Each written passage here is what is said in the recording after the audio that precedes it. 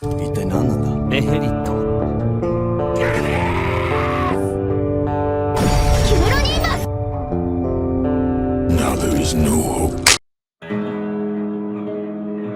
Bienvenidos sean todos a un nuevo video. Como ya es costumbre, compararemos la animación con la novela. El episodio de hoy, número 3 de la segunda temporada, abarca unas 54 páginas del volumen 7 de la novela ligera, y hay mucho de lo que hablar y especular porque, nuevamente, un fragmento de capítulo dedicado a Sarah se omite y datos importantes del epílogo que tal vez se esclarezcan a futuro, y también está la pelea con el dragón. En fin, comencemos.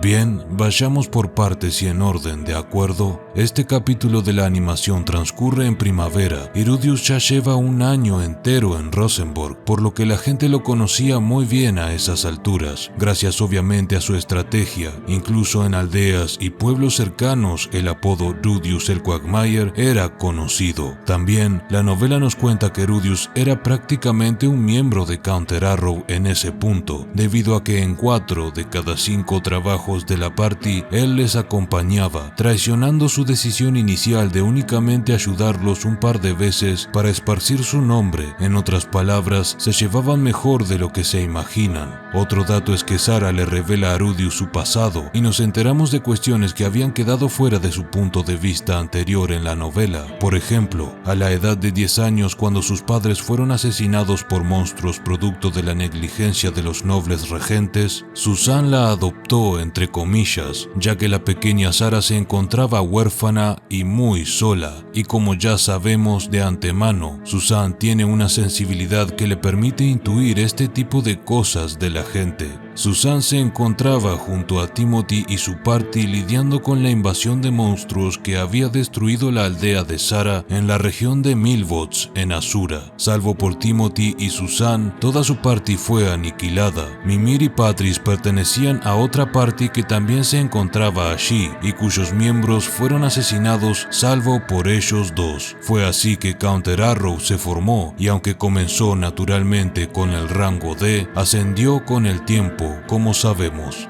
Otra curiosidad que seguro que algunos dejaron pasar por alto es que los padres de Sylphiet, así como los de Sarah, también eran cazadores, y esto a Rudius le llama la atención y se pregunta qué estará haciendo Sylphiet, un guiño al inminente reencuentro próximo. Cabe destacar que también Sarah le confiesa a Rudius por qué lo odiaba en un principio, con lo cual todo es esclarecido entre ellos, otorgándole más solidez a los sentimientos de Sarah y la buena relación que tenía con Rudius. Cuando Rudius cae en la cuenta de que su salida con Sarah consistía en una cita, se pregunta a sí mismo cuándo fue la última vez que tuvo una cita con una chica y concluye que fue con Eris en Milis cuando fueron de compras, específicamente ropa en lugar de armas blancas como fue con Sarah. El mago decidió ir con su vestimenta usual, diciéndose a sí mismo que no saltaría a conclusiones, pero se dio cuenta de lo denso que fue cuando a todas luces Sarah había puesto esfuerzo en arreglarse para él aquel día.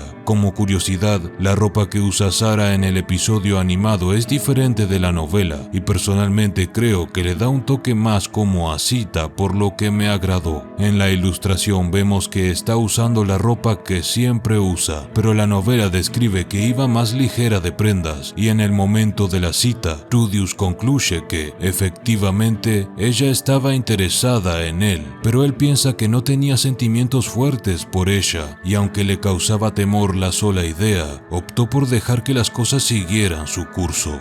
Vayamos a la próxima información que se omitió y que sigue moldeando el world building de la obra, y es que cuando entran a la tienda de armas, una de buena reputación y con nexos en Ars, capital del reino de Asura, el mago describe todo tipo de armas, pero, adivinen qué, ninguna lanza podía ser vista, y la razón era obvia. Si los Supars gozaban de una horrible reputación y eran repudiados por el mundo, su arma por excelencia y única arma, la lanza, también también. En otras palabras, por eso es que en toda la historia hasta ahora no hemos visto a guerreros que empleen lanzas, porque eran consideradas armas del demonio. Con que les diga que la tienda vendía incluso látigos pero no lanzas, ya se hacen a la idea. Otro dato es que Sara hacía sus propios arcos, por lo que su nivel de entendimiento del arte del arco y la flecha iba más allá de lo que creíamos en un principio. También, Sara compró una espada corta para defenderse, la cual vemos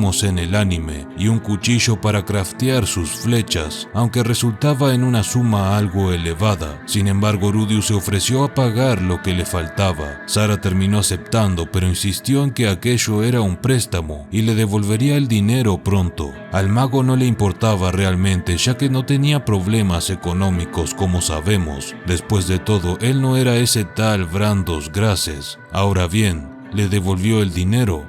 Asumimos que no. Volvamos a centrarnos. La cita de ellos dos incluyó recorrer muchas otras tiendas y tal. De resto, tampoco añadiré más. Como siempre, muchos detalles quedarán fuera, pero los videos que hice narrando estos capítulos siguen ahí.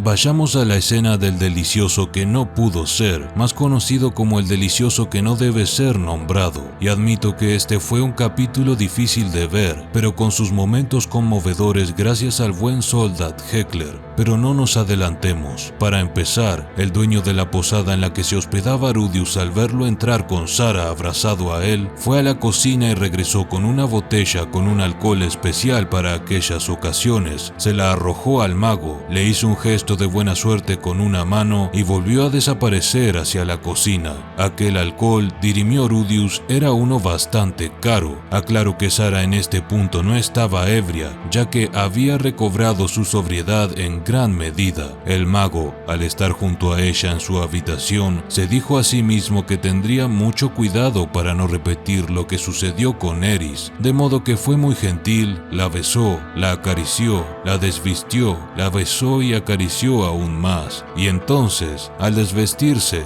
se encontró con su camarada fuera de combate. Y bien, esta parte será difícil de digerir para quienes encontraron la escena incómoda de ver. No me tomen a mal, la escena tenía que ser incómoda. Es un problema incómodo, pero resulta difícil de ver, entre otras cosas, porque vemos nuevamente a nuestro personaje revolcarse sobre un fango aún más espeso y oscuro. Lo que el anime omite, muy entendiblemente, claro, es que Sara y Rudeus intentaron mucho el activar el protocolo Homo erectus. Él intentó estimularse, ella intentó estimularlo, frotaron sus cuerpos y un largo etcétera. Se la pasaron un buen tiempo así, pero la flacidez reinó la noche. Después de que Sara se fuera, Rudeus destapó la botella que el dueño de la posada le dio, se acostó y ahogó sus penas en alcohol para dormirse, lo que fue el desencadenante de su breve problema con el alcohol, claramente.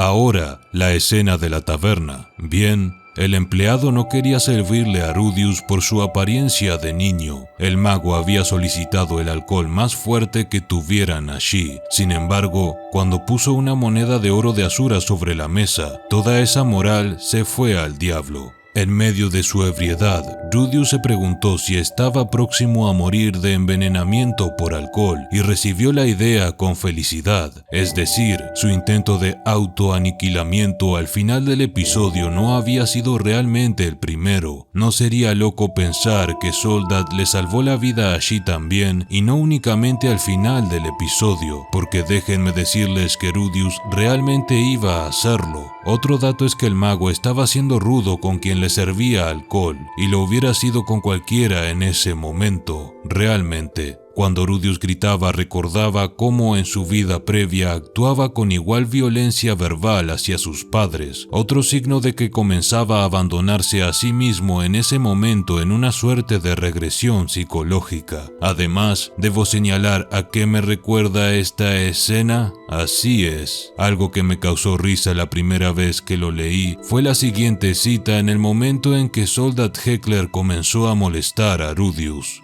Su rostro se había acercado mucho a mí, así que envié mi puño volando hacia su cara. ¿No es el momento más Eris que Rudius ha tenido hasta ahora? Oh, por cierto, quiero aclarar que yo no me río, jamás. Lo anterior fue en sentido figurativo. En cuanto a la escena de los puñetazos, fue muy similar a lo descrito en la novela, incluso los diálogos. Sigamos. En la escena donde Soldat lleva a Rudius a los burdeles, él explica dos cosas. La primera algo obvia y la segunda curiosa. Primero, había de todo tipo de burdeles allí, entre ellos aquellos que se dedicaban a cumplir con casi cualquier fetiche que el cliente poseyera. Así es, incluso de pies, malditos pervertidos. El que Soldat escogió para Rudius no era uno así, claramente, pero tampoco uno estándar, ya que en la mayoría de lugares la persona se acostaría y le dejaría el resto al cliente. El sitio al que fueron consistía en uno de profesionales, mujeres que entendían a los hombres y sabían cómo ayudarlos, por decirlo de alguna forma. Lo segundo es que Soldat menciona que aunque en su party hubiera una chica, las relaciones estaban prohibidas entre miembros de una misma party para evitar problemas. Y es aquí cuando el lector piensa en la party de Paul,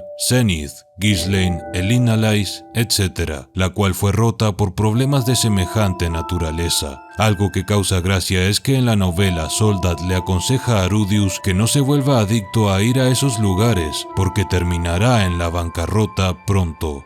En el burdel al que fueron, escogías una chica, podías tocar un poco para escoger, luego pagabas acorde al itinerario que escogieras, variando el rango de precios. Los itinerarios consistían en ciertas reglas de qué estaba permitido y qué no, etc. Luego, el cliente se daba un baño, y tras ello, hora de la cena. Rudius escogió el itinerario más caro, aconsejado por Soldat, el que contenía una gran variedad de métodos para intentar resolver su problema, así que dejen volar su imaginación. Como curiosidad, la elección del mago en cuanto a la chica fue debido a que le recordaba un poco a Eris, especialmente por su cabello rojo, sin mencionar que su nombre Elise es intencionalmente similar a Eris, clásico del autor Rifushin. ¿Recuerdan cuando dije que Rudius escogió el itinerario más caro? Bueno, la chica, debido a que le agradaba a Rudius, quien había curado a su hermana pequeña sin pedir nada a cambio, intentó cada técnica posible, incluso cosas que no estaban en el itinerario. Es decir, quién sabe lo que habríamos visto si entráramos a esa habitación sin golpear primero. Al final, Rudius no tuvo que pagar nada porque la chica dijo que genuinamente quería ayudarlo, aunque no lo consiguió. Ahora, más de lo que no vimos. Cuando el burdel cerró, Rudius y Soldat emergieron al exterior bastante ebrios, pero Elise optó por acompañar a Rudius hasta las afueras del distrito de placer, abrazada de uno de sus brazos. En el camino el mago le acarició el trasero, algo que ella le permitió, y antes de separarse a las afueras del distrito, el mago le preguntó, aún ebrio, si podía tocar sus pechos, y ella le dijo que sí, pero no hubo reacción en él.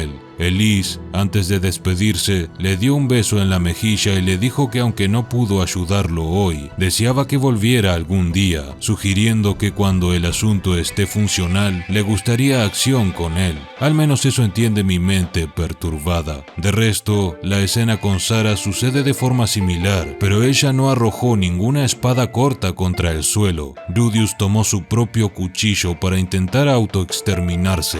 Entonces Soldat patea su muñeca como sucedió en el anime. El capítulo en la novela termina de la siguiente forma, cito: entonces, gradualmente me puse de pie gracias a los ánimos de Soldat. Miré el sol saliendo en el horizonte y me juré a mí mismo que jamás volvería a depender de una única party de aventureros. Bien, este capítulo sigue y se centra en Sarah en su cierre, durante un par de páginas, explicando cómo se sentía y su perspectiva de los hechos. Aunque no es un punto de vista per se, tampoco perdería mucho realmente porque nos deja las cosas importantes bastante claras. Aclaro que este fragmento de Sarah y los capítulos de la novela están narrados aquí. Dejaré anotaciones con los links en la esquina superior derecha donde pueden ir a verlos.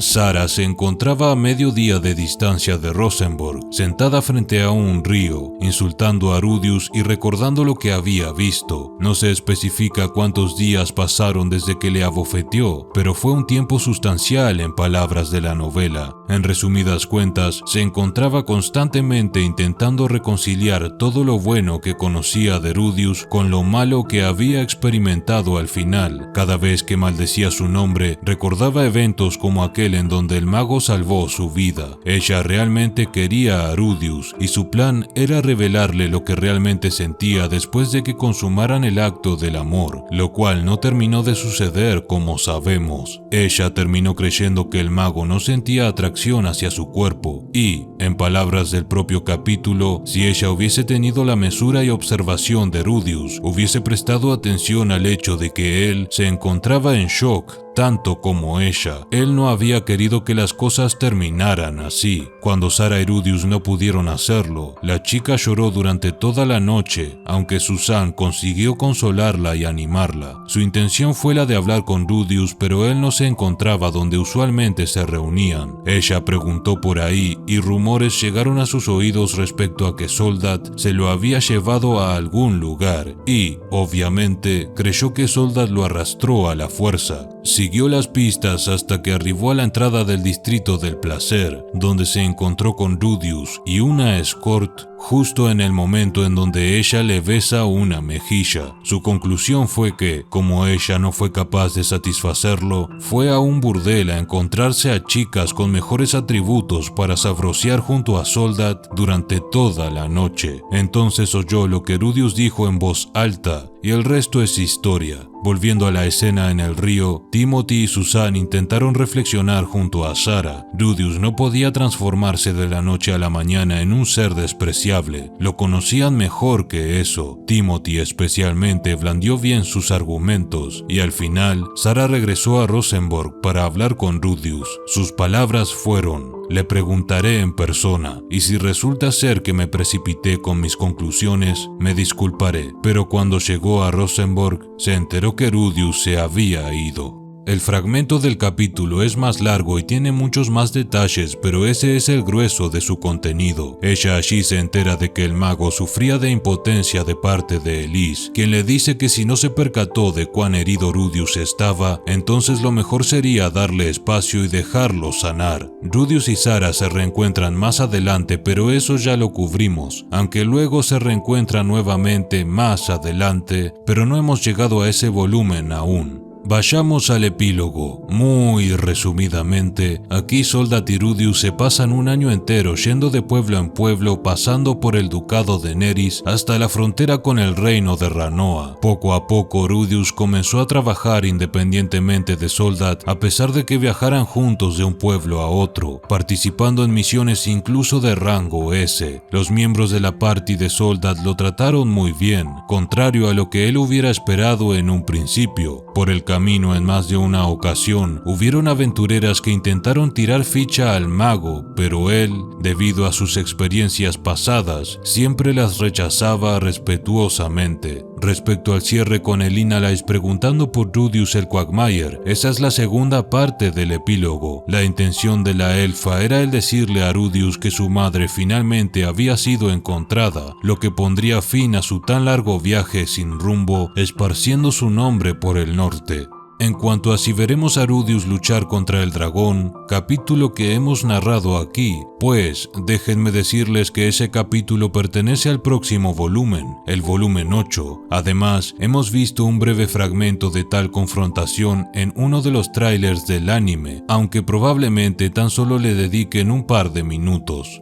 Asumimos entonces que el volumen 7 ha terminado en el anime, pero eso dejaría fuera al último capítulo del volumen 7, el capítulo titulado La gobernante de la Universidad Mágica de Ranoa. Y sí, trata de Ariel como presidenta del consejo estudiantil, Fitz y demás. Aquí nos familiarizamos un poco con la universidad, próximo setting de la historia. No sé si lo adaptarán brevemente en el próximo episodio del anime, así que no voy a entrar en detalles. El video ya se me ha alargado mucho y mi PC está terminal. Como siempre, gracias a quienes apoyan el contenido y nos vemos en la próxima.